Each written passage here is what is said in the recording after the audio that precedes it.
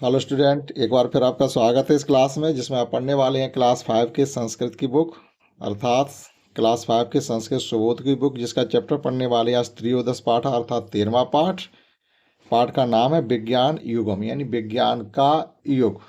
इससे पहले कि हम आपको इसके 12 चैप्टर पढ़ा चुके हैं, उसकी लिंक भी आपको हम इस वीडियो के डिस्क्रिप्शन में दे देंगे। आप चाहो तो वहाँ से भी किसी चैप्टर जिसे नहीं देखा है देख सकते हैं। तो शुरू करते हैं विज्ञान युगम। विज्ञान युगम का मतलब है, एक तरीके से आप ऐसे समझिए, जो आज का युग चल रहा है वो विज्ञान का युग है। अर्थात बहुत सी चीज़ें आपके पास ऐसी होगी जो विज्ञान की देन है। जैसे ऐसा कोई व्यक्ति नहीं होगा जिसके पास मोबाइल नहीं होगा। मोबाइल जो है आज की डेट में विज्ञान की सबसे बड़ी उपलब्धि है। ठीक है, तो सभी बड़ी उपलब्धियां, लेकिन मोबाइल को अगर आप मान के चलें तो वह ज़्यादा ही बड़ी उपलब्धि है कि इससे पहले की जो चीज़ें थी वो उतने आपके काम में नहीं आती होंगी जितना आज मोबाइल काम में आता है। तो ऐसी बहुत सी चीज़ें हैं, समझते हैं इन सब चीज़ों को। पश्चिमी होता है देखो, इदम विज्ञानश युगम अस्त। देखो ये विज्ञान का युग है। विज्ञानश का मतलब होता है विज्ञान का, अर्थात ये षष्ठी विभक्ति एक वचन का प्रयोग हुआ है और इसमें कहेंगे अधिकरण कारक, संबंध कारक। तो इदम विज्ञानश युगमस्त, ये विज्ञान का युग है।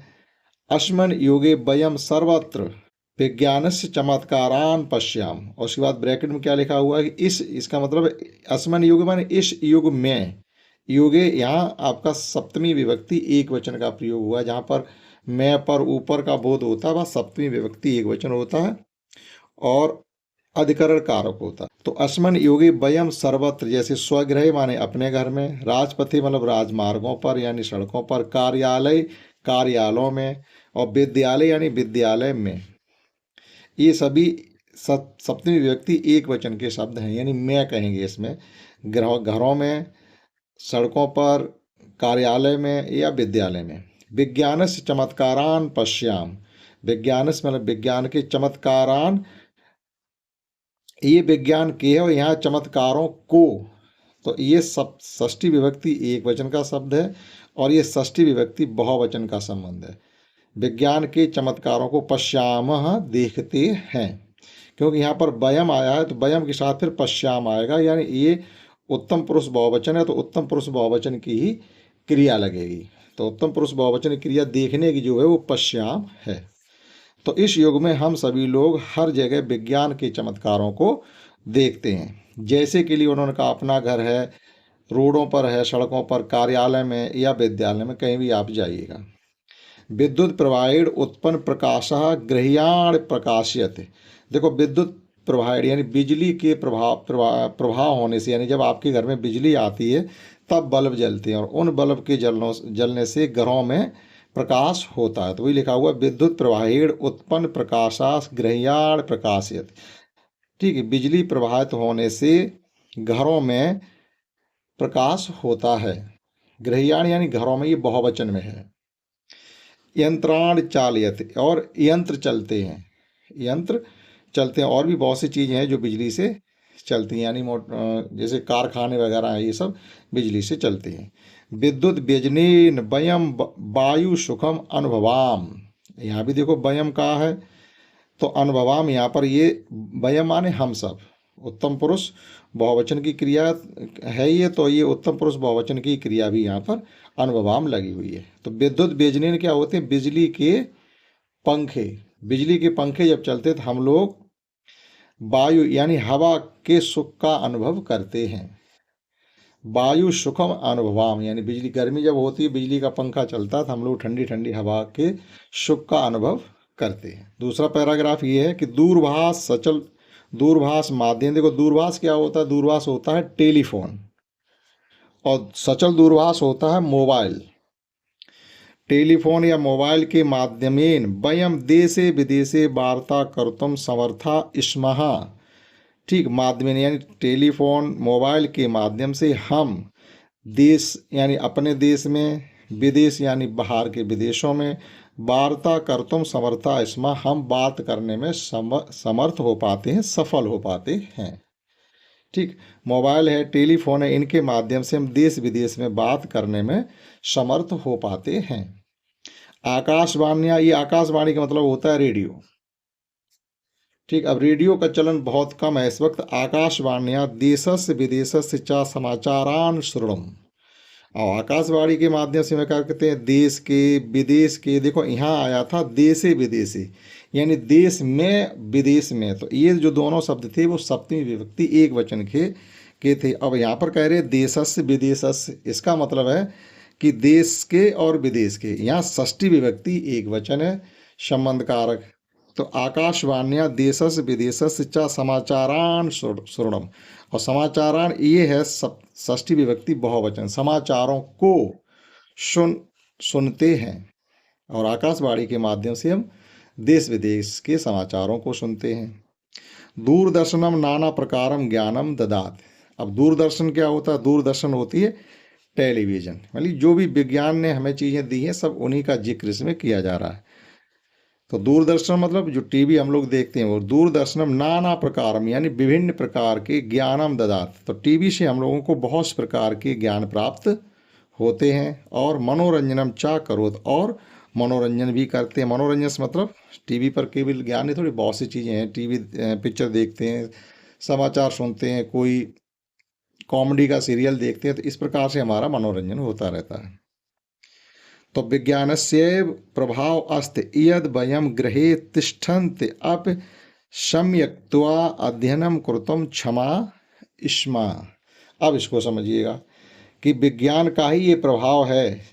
देखो ये लिखा हुआ विज्ञानस्यैव प्रभाव अस्ति, विज्ञान के प्रभाव से ही वयम गृहे तिष्ठन्ते, या ये कहिए विज्ञान का प्रभाव यह है कि जिसकी वजह से हम वयम गृहे तिष्ठन्त, अपने घर पर बैठते हैं, यानी घर पर बैठकर भी, अपमान भी, समक्त्वा अध्ययनम कृता क्षमा, बहुत ही आसानी से अध्ययन कर पाते हैं। यानी आप घर पर बैठे रहिएगा और अपना पूरा अध्ययन करते रहेंगे, या तो टेलीविज़न के माध्यम से, कंप्यूटर के माध्यम से, मोबाइल के माध्यम से, आपको कहीं जाने की ज़रूरत नहीं है और घर पर बैठ के ही आप पढ़ाई कर सकते हैं। ये भी विज्ञान के प्रभाव की ही मदद है, यानी विज्ञान के प्रभाव से ही हम ऐसा करने में सफल हो पाते हैं। और अंतिम पैराग्राफ है इसका, अद्य वायुयान यानेन मेट्रो रेल यानेन च वयम दूरात दूरम गंतुम शक्नुम। अब अद्य का मतलब होता आज। आज हम लोग क्या करते, वायुयान से, वायुयान में बैठ करके, मेट्रो रेल यान में बैठ करके दूर दूर तक जाने में जा सकते हैं। दूरम दूरात गंतुम शकुनम, यानी इन वाहनों के माध्यम से हम बहुत अधिक से अधिक दूरी तय कर सकते हैं, जा सकते हैं। संगणक अंतर्जाल माध्यम, संगणक होता है कंप्यूटर, मतलब कंप्यूटर को हम लोग ज़्यादातर कंप्यूटर ही कहते हैं, लेकिन हिंदी में संगणक कहते हैं, और संस्कृत में भी संगणक ही लिखा जाएगा क्योंकि शुद्ध हिंदी संस्कृत होती है। ठीक है, तो संगणक अंतर्जाल माध्यम, अंतर्जाल क्या होता है, जिसे हम लोग नेट या इंटरनेट बोलते हैं, उसे संस्कृत में अंतर्जाल बोलते हैं, हिंदी में अंतर्जाल बोलते हैं। अंतर्जाल माध्यमेन, यानी कंप्यूटर और इंटरनेट के माध्यम से अनेकान कार्याण संपन्नान भवन्ते। अनेकान माने बहुत से, कार्याण माने कार्य, संपन्नान माने संपन्न होते हैं। आज की डेट में कंप्यूटर से और इंटरनेट की मदद से बहुत से कार्य संपन्न किए जाते हैं। फिर कह रहे हैं अस्माकं भोजनम अप रसोई गैस माध्यमेन शीघ्रमेव निर्मितम भवति।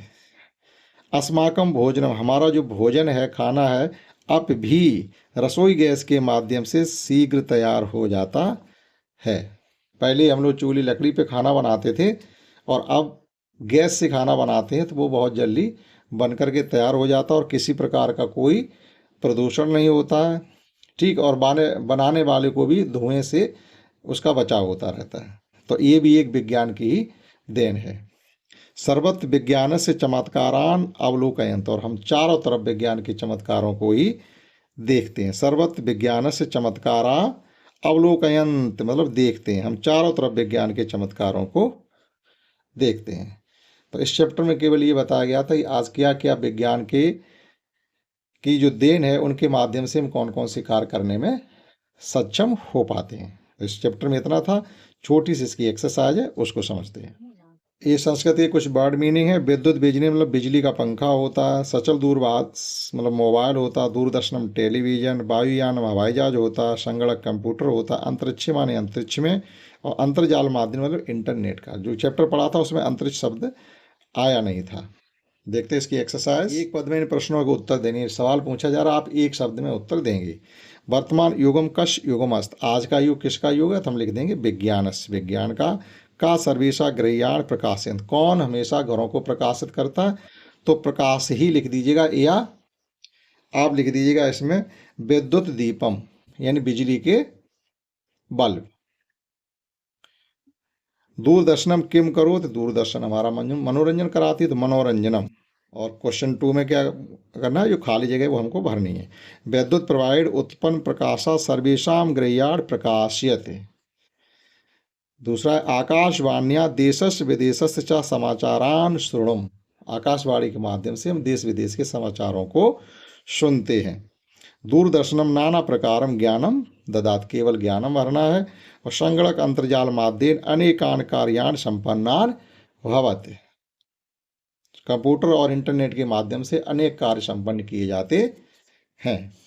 और अंतिम है, ये कुछ चित्र छपे हुए हैं, उनके हमें नाम संस्कृत में लिखने हैं। लिखा हुआ चित्र दृष्टवा नामान लिखत, चित्र देख करके उनके नाम लिखने। जैसे ये वायुयान का चित्र छपा हुआ है, तो हमें लिखना है यहाँ वायुयानम, रेलयानम, दूरभाषम, विद्युत दीपम, बिजली का बल्ब, विद्युत व्यजनम, और ये दूरदर्शनम यानी टेलीविजन। तो संस्कृत में हमें इनके नाम लिखने थे। ये था चैप्टर 13, हमने आपको कंप्लीटली विद एक्सरसाइज पढ़ाया। आशा करता हूँ आपने समझा होगा। इस क्लास में इतना ही, दैट्स ऑल।